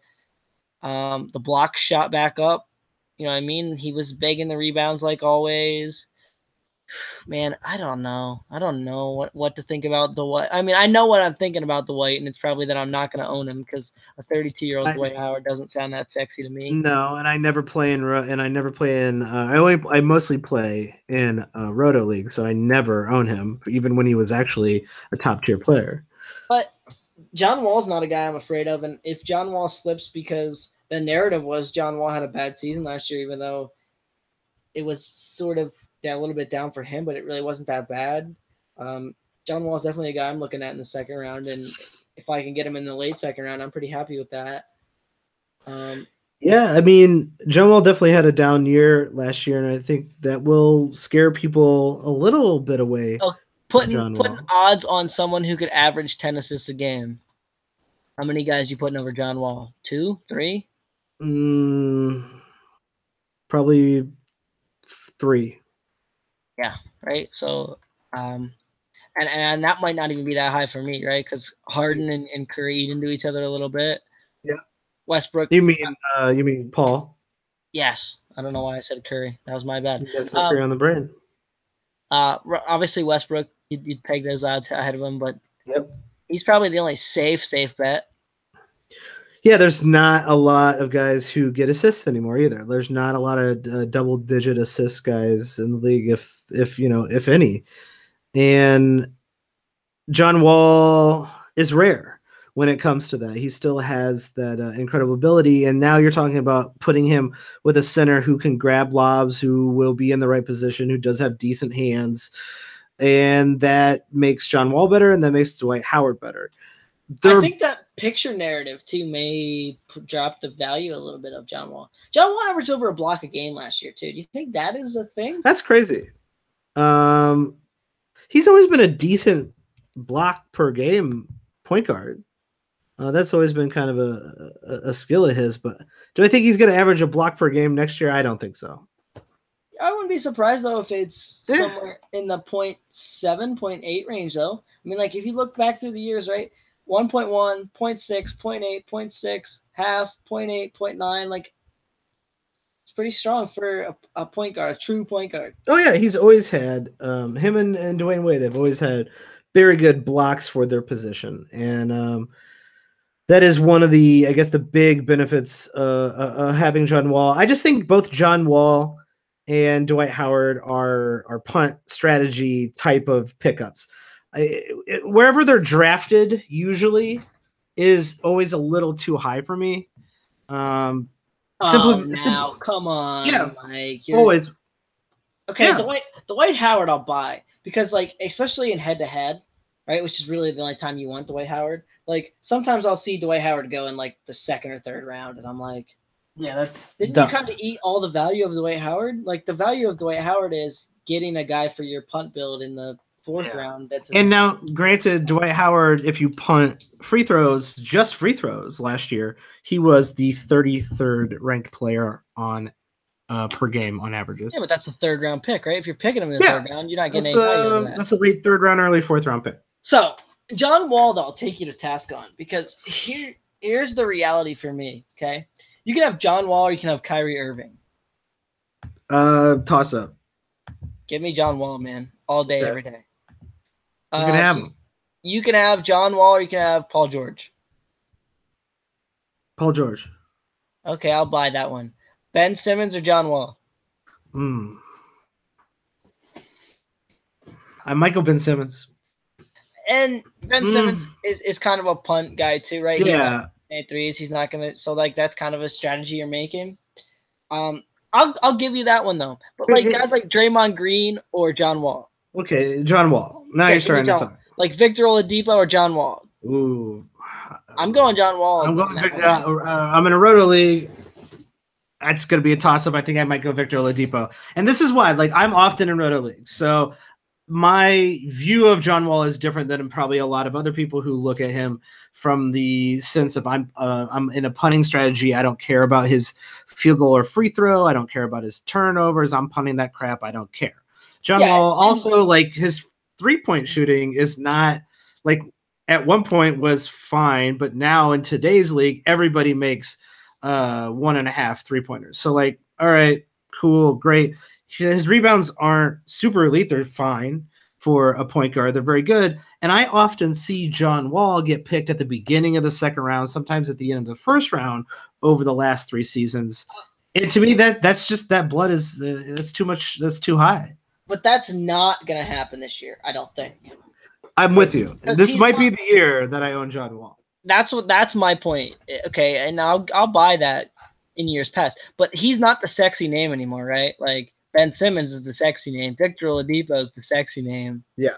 Right? Paul George, Jimmy Butler, those guys probably go over him, right? Someone like, ooh, I want a piece of the Warriors. I'm going Draymond Green, right? Like now you're talking John Wall in the late second round. Now you're talking like if you can give John Wall where I want him. 10 assists and those steal numbers in the late second round, sign this guy up. Yeah, and actually that might be the more interesting story this year is how is the community at large feeling about John Wall's fantasy value?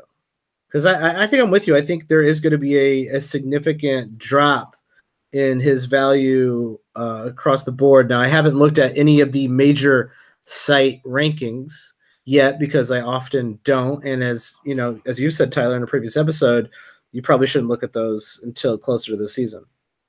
Yeah, right. A lot of times they change a lot. And yeah, so I think John Wall is probably maybe the most interesting in the sense that he could be a value. And we're always looking for ways to get value, and it could be there. And listen, man, if I have a 12-team league, John Wall slips to like the turn right? So you get the first pick, and then you're on the turn again, and John Wall and someone else right in that range can be your second and third players. Chris Middleton, Yeah, if you can go back to back.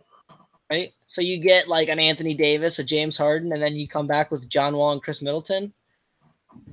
Like, That's ooh, nice. that's sounding like a pretty sexy team right there to That is me. sounding like a team that I'd like to draft. Sounds like a very good team. Let's talk about the rest of these Washington Wizards. The other two standard league, always standard league relevant players are Bradley Beal and Otto Porter. Both of them have really are younger, but have come into their own. Bradley Beal really has improved steadily every year, which has been I was to me it was a surprise because I was out on Bradley Beal for getting drastically injured all the time early in his career when I was like, this guy's going to be good. And of course, once he stopped getting injured, he was really good, and I never drafted him. So Bradley Beal, 25 years old, finished in the top. Let's see, per totals, finished 21st in totals because he played all 82 games, 38th per game. Really, kind of improved his rebounding and assist totals last year, which bumped him up. Do you think Bradley Beal is someone who's trending up, or someone who's like, this seems like a plateau for Bradley Beal now? I don't think he's trending up. If I'm being honest, I think he's. I think we know what he is now. If you could improve on the margins, though, and he did prove that he was able to improve on the margins, getting that extra rebound, extra assist a game, that those little bits really matter when you start talking about that third tier. When you start talking about guys who are going to go in the third or fourth round, a lot of them are very interchangeable.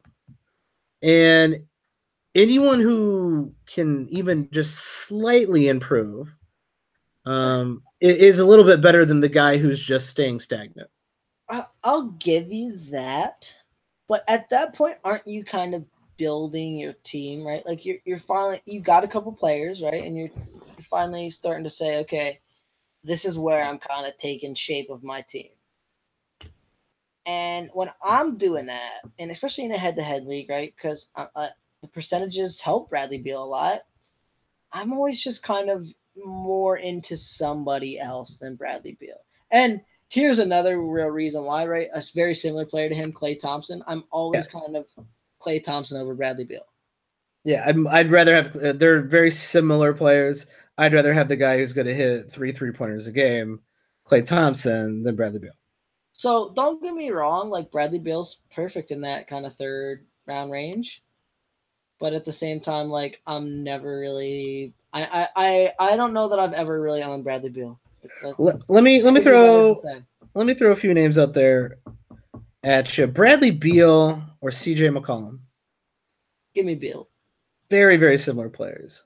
And this is kind of and actually this goes right to my point. A year ago, maybe 2 years ago, I think that answer would have been switched. But because Bradley Beal improved on the margins, because he got that extra assist, because he got that extra rebound, he was better than CJ McCollum last year. All right, let me throw another name. Bradley Beal or Gary Harris. Well, you're gonna make me sweat this one out, aren't you, Mike? Yeah, I certainly am. So Gary Harris and Bradley Beal are real similar guys. Your I boy think I'd rather Gary. have, I think I'd rather have Bradley Beal for the points, right? And we'll talk about the scarcity of points if you want, right? Yo. Like not that many guys are getting 20 points a game, Yeah, and it's 20 points a game is a big deal. right, and I don't see Gary Harris taking a step forward to get to that plateau, and Bradley Beal is a safe like 22 points a game. So I'll probably head in that direction there. Yeah, I think it's a bit of a toss up for me. I think in a roto league, if I'm already good on points, it's Gary Harris, but Bradley Beal is still interesting to me. All right, Bradley Beal or Donovan Mitchell. Now that one's tough. And Mitchell, and we'll talk about this quite a bit probably when we get to Utah. We've talked about this before, right? Some guys do something in their rookie year that is their best season ever. Some guys, their rookie year is Not, their worst season ever. yeah. Okay. My point is going to be I don't think we know exactly what Donovan Mitchell is. We have one data point to go off of. I feel a little bit more confident about Donovan Mitchell than you do. I think he is a legit scorer baller. I think he's got it. You know, like you could. He was in the playoffs. Oh, and I think Donovan he's got it. Mitchell looked amazing. Yeah. Okay. And Donovan Mitchell is a safe scorer, I think, right? But like, is But he as good last year as he will be this year? but That's a legit question. That's a good question. well, and here we go. He played 33 minutes a game. Okay. They're getting Rubio back, hopefully, and he stays healthy a little bit more and plays a little bit more. Here's another reality too. Like he got 1.5 steals a game, which boosted his value a lot last season. What if he's only a 1 steal a game guy? I'm not saying this guy's not a good player because I That's think one. That's only a one data point. You're right. right. I'm saying in real life he's a real good player, man. This guy, man, he gets out on the court and he's a baller, man. He's a scorer. He's gonna score big points. He's gonna shoot, a bunch of threes. He's gonna do all that stuff. But around the margins, we really don't know what to expect for this guy as far as rebounds, assists, steals. And if those steals drop to like 1 a game, man, that's a big hit to his value. So give me somebody a little safer in that range in Bradley Beal. So I'm going to give you Bradley Beal. But like, and that's maybe kind of a counter opinion to some other people, right? Some other people are saying, "Oh, Donovan Mitchell's definitely going to be better this year." Okay. We don't know that, right? Yeah. We don't. He certainly could be, But but we that's certainly don't know that. Bradley Beal could get hurt this year. We like, certainly don't know that. right. And that's a narrative, right? But there's no real basis behind that other than Donovan Mitchell's young. Right? Like him That's being it. better and getting more of this, more of that. Like, I mean, if you look at Mark's projections, right? Mark projected him to play more minutes, average 22 points a game, average 4 rebounds, average 4 assists, things You're he talking didn't do about last year. Donovan Mitchell, or are you talking Yeah, about talk Bradley about Beal? Donovan Mitchell. Things he didn't do last year, right? Mark projected him to basically make a step forward across the board, including playing more minutes. I don't know if that happens or not, man. I just don't know. We have one data point to look at. I think that's a fair point. But I think going back to Bradley Beal, when you look at the guys I just mentioned, Gary Harris, CJ McCollum, Donovan Mitchell, you are talking about the margins. And you made a pretty good point. Bradley Beal has proven that he increased his margin. He's a solid player. He's consistent, and you can rely on him. And I think a lot of people might not think that about Bradley Beal when you throw names like Gary Harris, CJ McCollum, and Donovan Mitchell in the mix. They're all pretty close to being the same player. If you're building your team, all of those guys will be pretty decent pickups. Yeah, he's not sexy, right? He's not Bradley Beal's not a super sexy name, but the guy Mark has him in his projections for 9 cat. He has Bradley Beal ranked ahead of all those guys. So if Bradley Beal's doing everything right across the board, he is technically, by that extra margin, a better player than those players. Yeah, and I think we see that unless some of these guys take a bigger step forward than Bradley Beal, right? Definitely. Let's talk about the other senior league player on this team. Kind of a very decisive fantasy player, Otto Porter. A lot of people love to hate Otto Porter. A lot of people hate to love Otto Porter. That's true. I did not just. No, that's 100% true. That's fact. That's fact. You can't argue with facts. You cannot argue with facts at all. I don't want to love Otto Porter, but as a Roto League player, you learn to really love this guy. I mean, he has less than a turnover a game. His percentages are insanely good. He's done it multiple years. He gets you those 15 points, the 6, like a decent amount of rebounds for his position, very good steals, hits a couple threes. He gets you a half a block, which is fine. And if he could just get those assists up, which I don't think he is going to, but he would be even more elite. But it's simply because he does everything just right. And he's a top 40 player. Here's the crazy thing I always seem to find in my leagues about Otto Porter. He's underrated in head to head, but overrated in roto leagues. Like when I play in a roto league, man, some guys are picking this guy like in the second round. Yeah, but like I can't terribly blame them. He played 77 games last year and finished 14th overall in totals. Okay. And That's I the second year in a row he's finished 14th overall in totals. and I get that, right? Like the no turnovers really help. I mean, I actually had a career high in turnovers at 1 per game Oh, last year. yeah, he's falling off, man.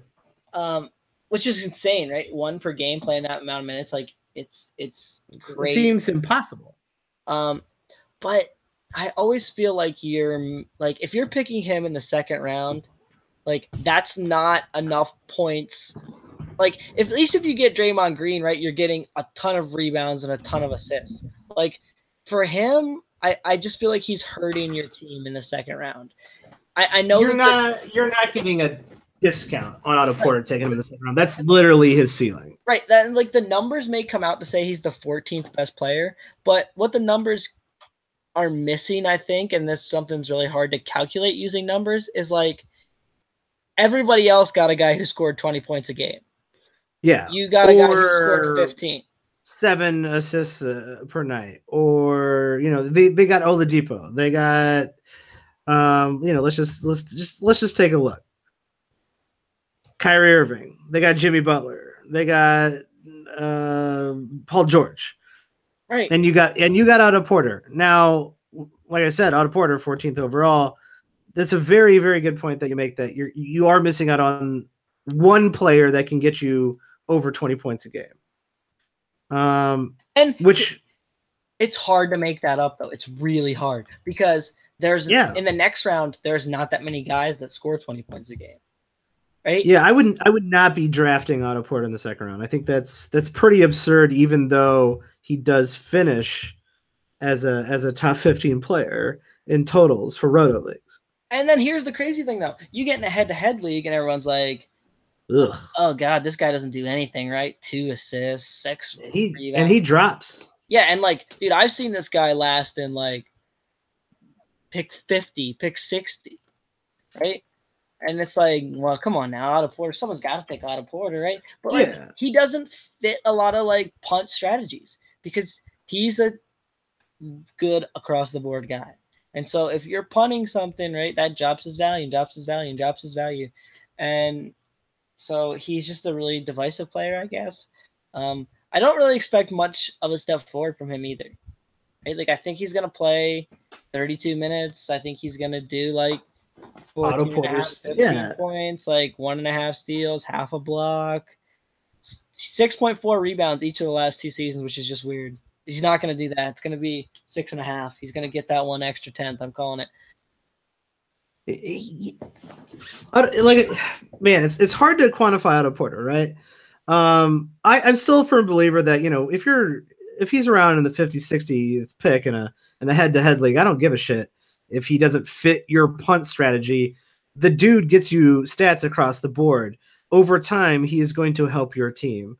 Like, even if you are punting, like if you're punting assists, then he fits. Like if he, like, even if he's going to get you a good percentage, like who cares if he gives you a good percentage if you're punting percentages, if he's just going to add up those stats over time.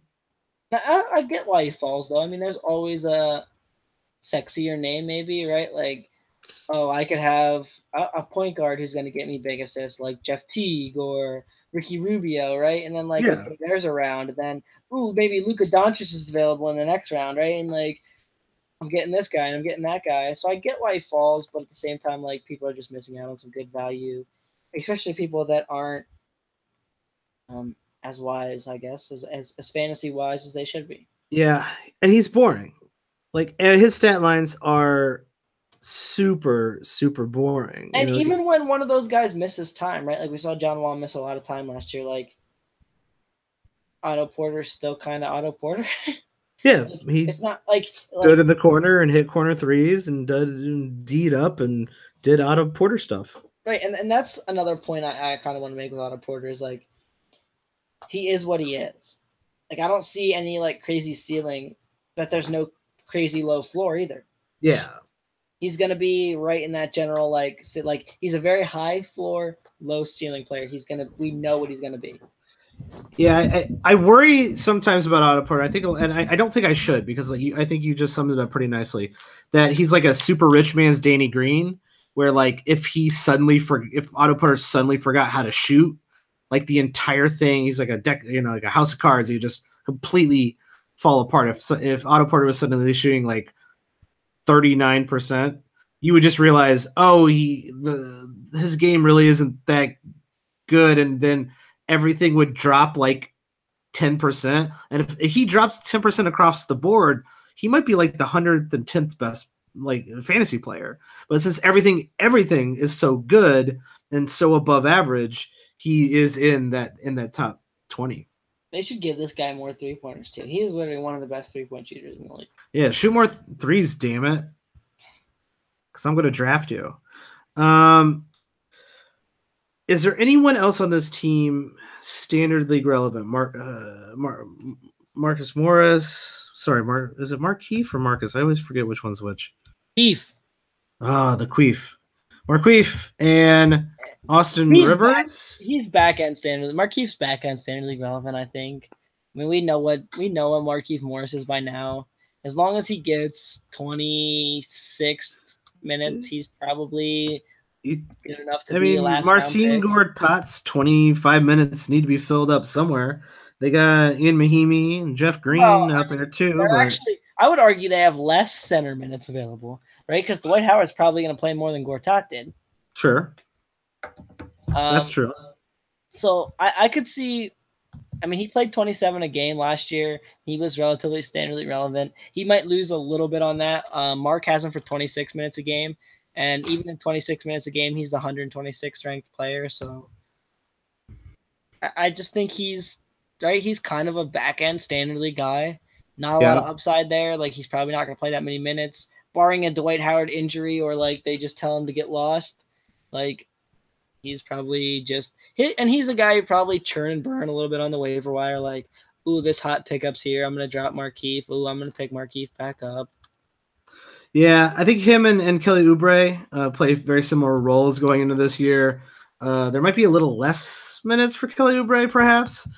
But like Kelly Oubre occasionally gets exciting because you're like, oh, he could be like basically a better Otto Porter. And then it turns out he's really not a better Otto Porter at all. I don't know if he'll lose some minutes to Austin Rivers out there, or if Austin Rivers is going to take a lot of Sandaraski's minutes. I know Sandaraski came in and played very, very well while John Wall was out, and I think that ship has sailed. That's pretty much over with. He might be a good deep league pickup in case there is another injury there, or if he does get 15, 16 minutes a game, he could be worth something. But let's talk about Austin Rivers. So he took a giant step forward, right? And it was kind of out of nowhere. Right? He had a very good season. Yeah, he averaged 15 points a game, 1.2 steals, 4 assists. Like, kind of out of nowhere, he was real good. But he's kind of real bad for fantasy, especially Roto. His percentages. Yeah. He's not ideal. And, in fact, I hate Austin Rivers with passion. Here's the thing, though. Okay, if he plays kind of the backup point guard and can get you 4.5, 5 assists, right? Like he got 4 assists a game in 33 minutes. Like if he gets the ball in his hands a little bit more and can get a few more assists, like if he can get 3.5 assists, like that could make him streamable if he's getting you like 12 points, like 3.5 assists. Well, they need close to a steal. They need a backup point guard on that team, but like, is Austin Rivers a point guard? And in my opinion, he's not. Like, he's always looking for his own shot.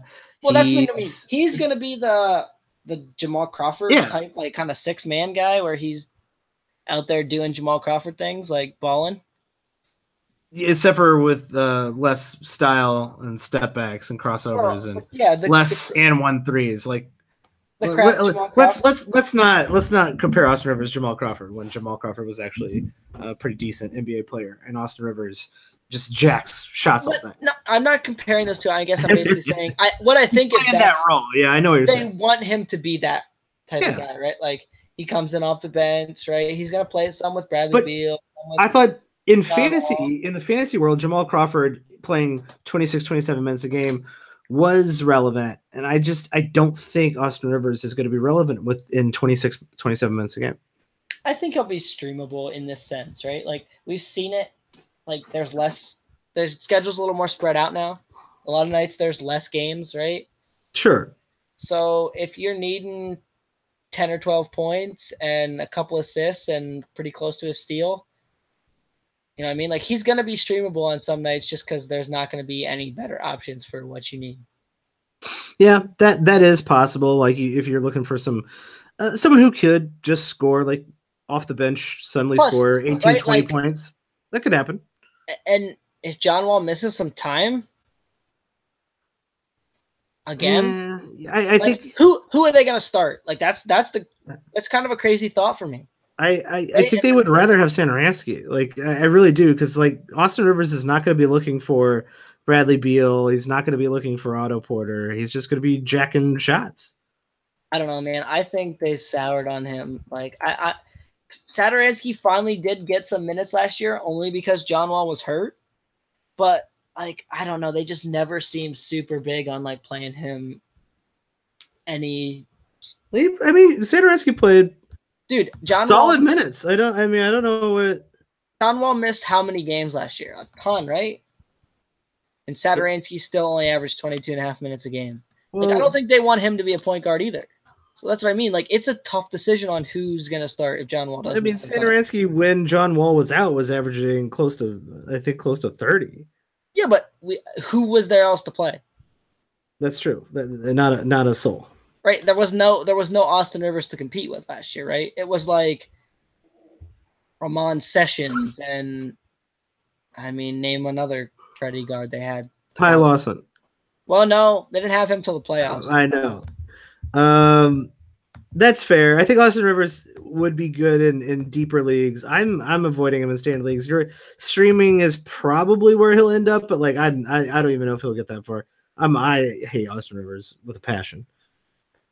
I just thought Austin Rivers took a surprising step forward. So I got my eye on what kind of role he's going to have, I guess, is my point. And I'm with you 100% that he could not even be streamable, right? Like there's a situation in life where if things aren't breaking right for Austin Rivers and they are favoring Satoransky, right, that Rivers is nothing. That's true. It's definitely possible. Is there anyone else on this team, any maybe deep league guys or guys you want to keep an eye on that we have not talked about? Not really, right? Like, I mean, we saw Jeff Green get a ton of minutes in Cleveland, and yeah, it wasn't fantasy relevant. Like who? I mean, who else is really going to even get any playing time this year? Troy Brown's just, I mean, the only other guy that I'll even mention, right? Rookie. If I'm in a startup dynasty league, I think this guy's got some interesting potential. And he's not a sexy name. You might be able to like snag him at the end of like an auction for like $1 or $2. And stash him away in a, if he's got a big bench. He's probably not going to play a ton this year, but in a couple of years he could be something.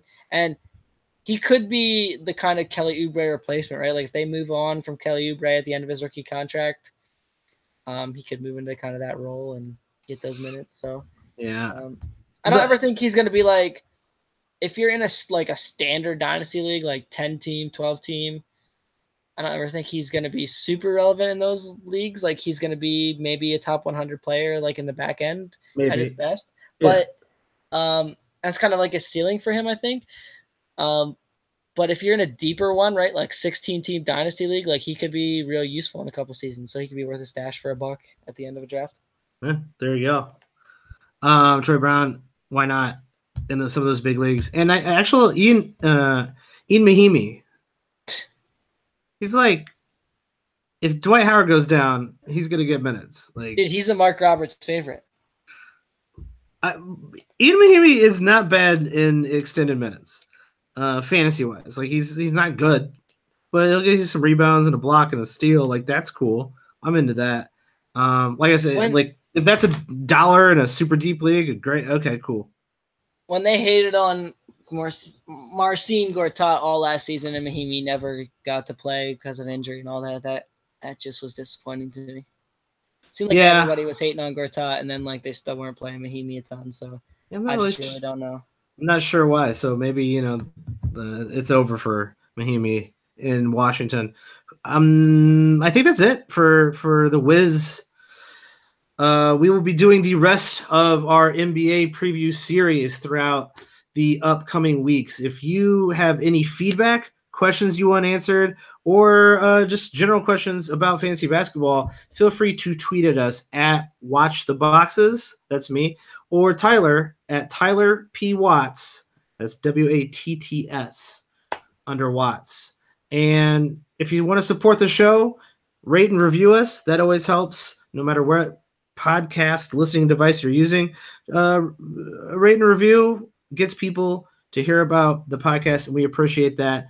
If you know other people who are into fantasy basketball, tell them about the podcast. I know this might give you a slight edge in your, probably a huge edge in most of your fantasy leagues, but we would appreciate if you could spread the word. And if you want to really support the show, patreon.com/watching the boxes. Our subscribers will get exclusive content in the lead up to the season. We will also be signing people up to our Tyler's Dynasty League, which is still a secret. We'll find out more details in the future. Our other listener leagues, and if you really want access to the Watching the Boxes podcast crew, we will also have for certain subscribers a back channel on Slack where you can talk with other fantasy basketball listeners of the podcast, and we'll be doing a monthly Q&A for people who subscribe to our Patreon, patreon.com/watching the boxes. So please go check that out. Tyler, you got anything else? No, man, that's it. Beautiful. We will see you all soon for our next team. Have a good night, everybody.